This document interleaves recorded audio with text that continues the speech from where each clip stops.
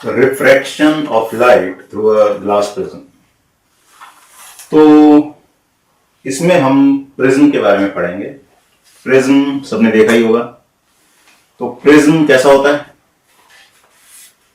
तो प्रिज्म होता है एक्चुअली एक 3 डायमेंशनल बॉडी है वो, जिसमें 2 ट्रायंगुलर सरफेसेस होते हैं और 3 रेक्टेंगुलर सरफेसेस होते हैं लेटरल।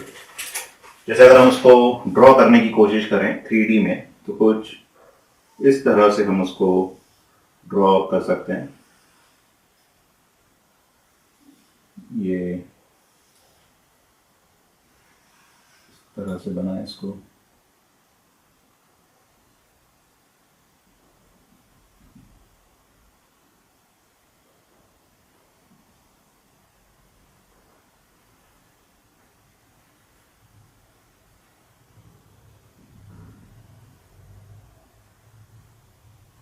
तो कुछ इस तरह का अरेंजमेंट होता है प्रिज्म का।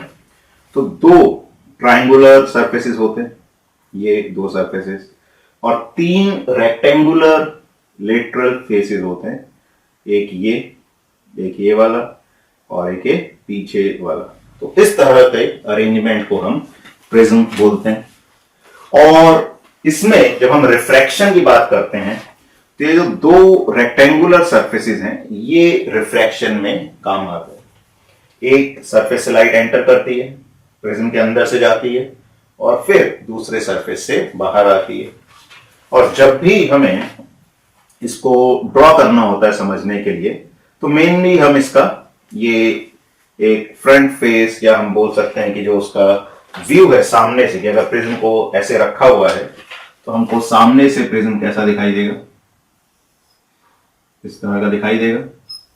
इसका एक रेक्टेंगुलर सरफेस ऐसे होगा पीछे की तरफ, एक ऐसे होगा और एक ऐसे। और रिफ्रैक्शन इन 2 सरफेसेस से अगर हो रहा है, तो हमारे लिए ये 2 सरफेसेस इंपॉर्टेंट होते हैं, तो इसको हम प्रिज्म बोलते हैं। और ऐसे जब हमको कोई भी शो करना है इसमें रे डायग्राम, तो हम इस तरह से प्रिज्म को रिप्रेजेंट करते हैं।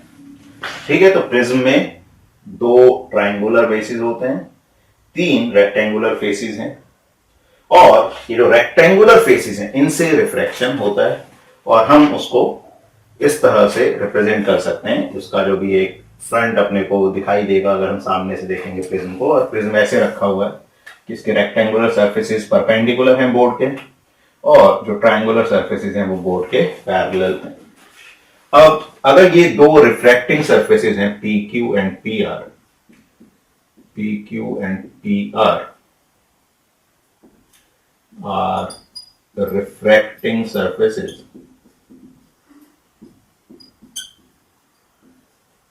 तो इनके बीच का ये जो एंगल है ये कहलाता है angle of prism. A is called angle of prism.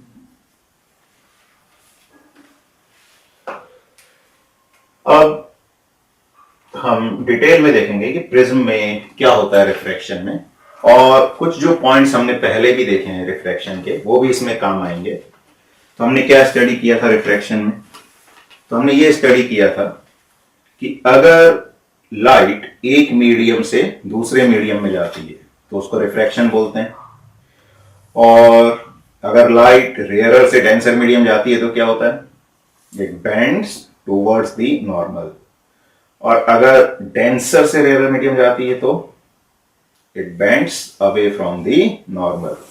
तो इसका भी हम कुछ यूज करेंगे। तो हम उसको अब देखते हैं कि प्रिज्म से रिफ्रैक्शन किस तरह से होता है, और लाइट का क्या होता है जब वो लाइट प्रिज्म से पास करती है।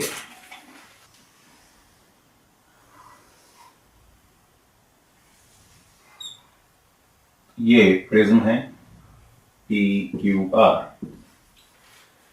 PQ and PR are refracting surfaces. ये एंगल ऑफ प्रिज्म है। अब लाइट अगर यहां से आ रही है, तो जो लाइट पहले रिफ्रैक्टिंग सरफेस पे आती है इसको हम इंसिडेंट रे बोलते हैं।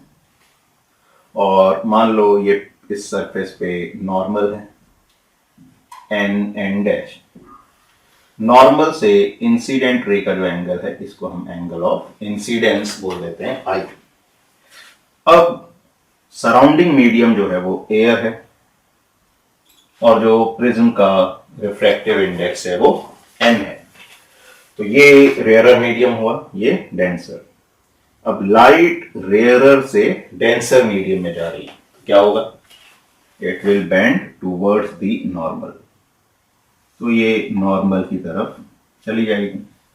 मतलब अगर ये सरफेस नहीं होता, मीडियम चेंज नहीं होता, तो लाइट ऐसे जा रही होती, लेकिन मीडियम चेंज होने से लाइट बेंड हो गई। कहां की तरफ बेंड हो गई, नॉर्मल की तरफ, क्योंकि रेयरर से डेंसर मीडियम जा रही थी।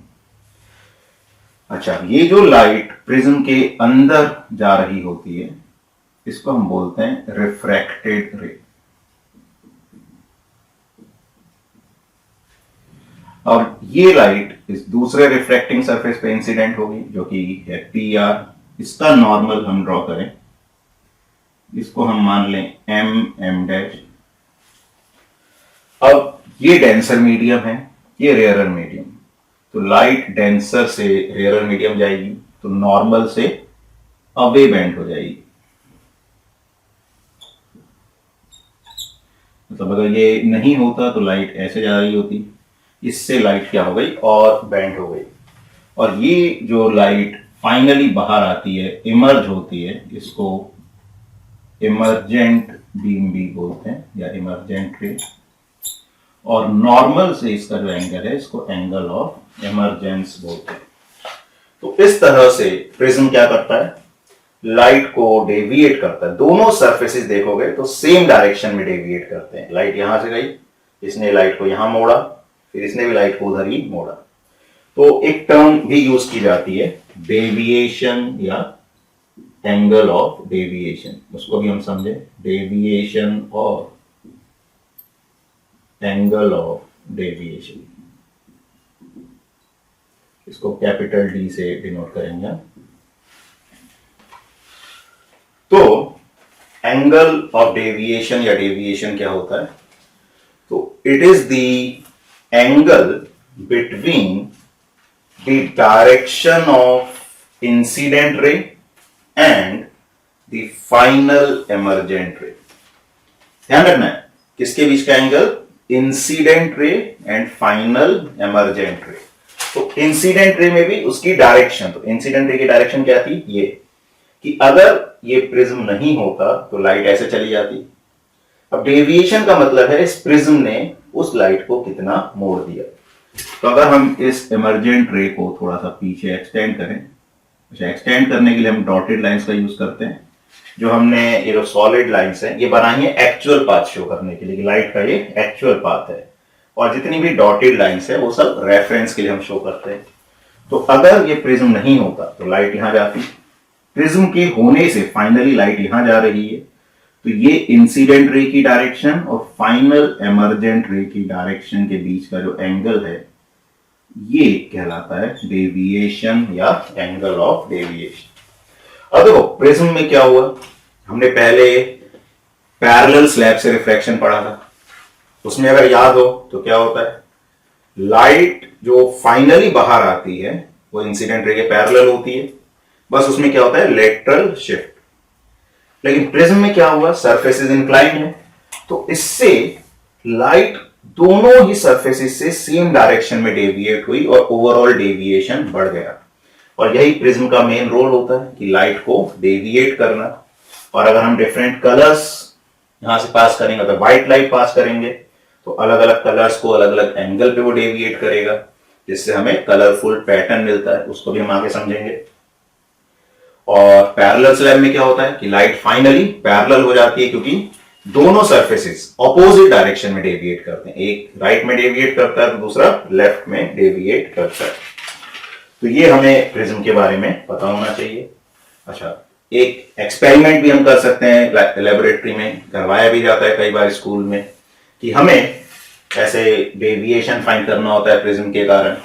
तो हम क्या करते हैं, जो प्रिज्म है उसको कैसे रखते हैं, जैसे एक व्हाइट शीट लेते हैं हम, बड़ी व्हाइट शीट लेते हैं, जैसे इस बोर्ड को हम व्हाइट शीट मान लें, तो प्रिज्म को ऐसे रखते हैं कि जो प्रिज्म का ट्राइंगुलर पार्ट है वो उस शीट के ऊपर रख दिया, उसके रेक्टेंगुलर फेसेस जो हैं वो परपेंडिकुलर हैं शीट के, जैसे शीट ऐसे है तो ट्राइंगुलर पार्ट शीट के ऊपर रखा हुआ है, रेक्टेंगुलर फेसेस जैसे वर्टिकल हैं। और हम क्या करते हैं, उस जो प्रिज्म रखा उसके चारों तरफ एक मतलब तीनों तरफ ऐसे बाउंड्री बना देते हैं ट्राइंगुलर पेन से या पेंसिल से मैंने बाउंड्री बना दी। फिर यहां पर हम दो पिन्स लगा देते हैं, दो पिन्स हम एक तरफ उसके लगा देते हैं और दूसरी तरफ से फिर उनकी इमेजेस को देखते हैं। अब हमने इसे पहले भी देखा हुआ है कि जो इंसिडेंट रे है वो क्या होती है, ऑब्जेक्ट वाली लाइन पे लाई करती है, और जो फाइनल एमर्जेंट रे होती है या कभी भी रिफ्रैक्टेड या रिफ्लेक्टेड रे होती है वो इमेज वाले पॉइंट पे लाई करती है। तो हमें यहां पे जो पिन्स हैं वो यहां नहीं दिखाई देंगी, ये जो लाइट है ये आ रही है, इसका मतलब हमें पिन्स इस लाइन में कहीं दिखाई देंगे। तो अभी हमारे पास रे तो नहीं है, प्लेन पेपर पर हमने प्रिज्म रखा, वहां पे दो पिन्स लगाई। अब हम यहां से देखने की कोशिश करते हैं कि वो जो दो पॉइंट्स हैं वो किस लाइन पे हमको दिखाई दे रहे हैं। तो जिस लाइन पे हमको दिखाई देते हैं हम वहां पे एक पिन और रख देते हैं, जिससे कि यहां से देखने पे जो दो पिन्स की इमेज है और ये वाली पिन तीनों कैसी दिखाई दें, कोलिनियर, एक ही लाइन पे। अच्छा, और ज्यादा श्योरिटी से कंफर्म करने के लिए कि वो लाइन कहां से आएगी, हम एक और पिन लगाते हैं यहां पे, और ये इस तरह से लगाते हैं कि ये दोनों पिन्स और उन दोनों पिन्स की इमेज कि चारों किस पर आ जाए, स्ट्रेट लाइन पर आ जाए।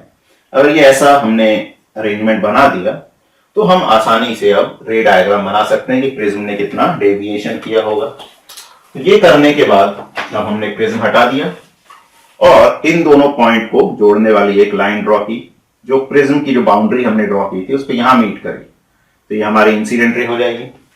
ऐसे इन दोनों पिन्स को जोड़ने वाली एक लाइन ड्रॉ करी जो यहां पे इंटरसेक्ट करेगी, ये हमारी इमर्जेंट रे हो गई। और इन दोनों पॉइंट्स जहां पर इंसिडेंट रे और इमर्जेंट रे प्रिज्म की बाउंड्री को टच कर रही थी, इनको जोड़ने वाली लाइन रिफ्रैक्टेड रे हो जाएगी। और अगर हम इस रे को और आगे प्रोड्यूस करें, इसको भी और आगे प्रोड्यूस करें, तो ये एंगल हम मेजर कर सकते हैं, which is angle of deviation.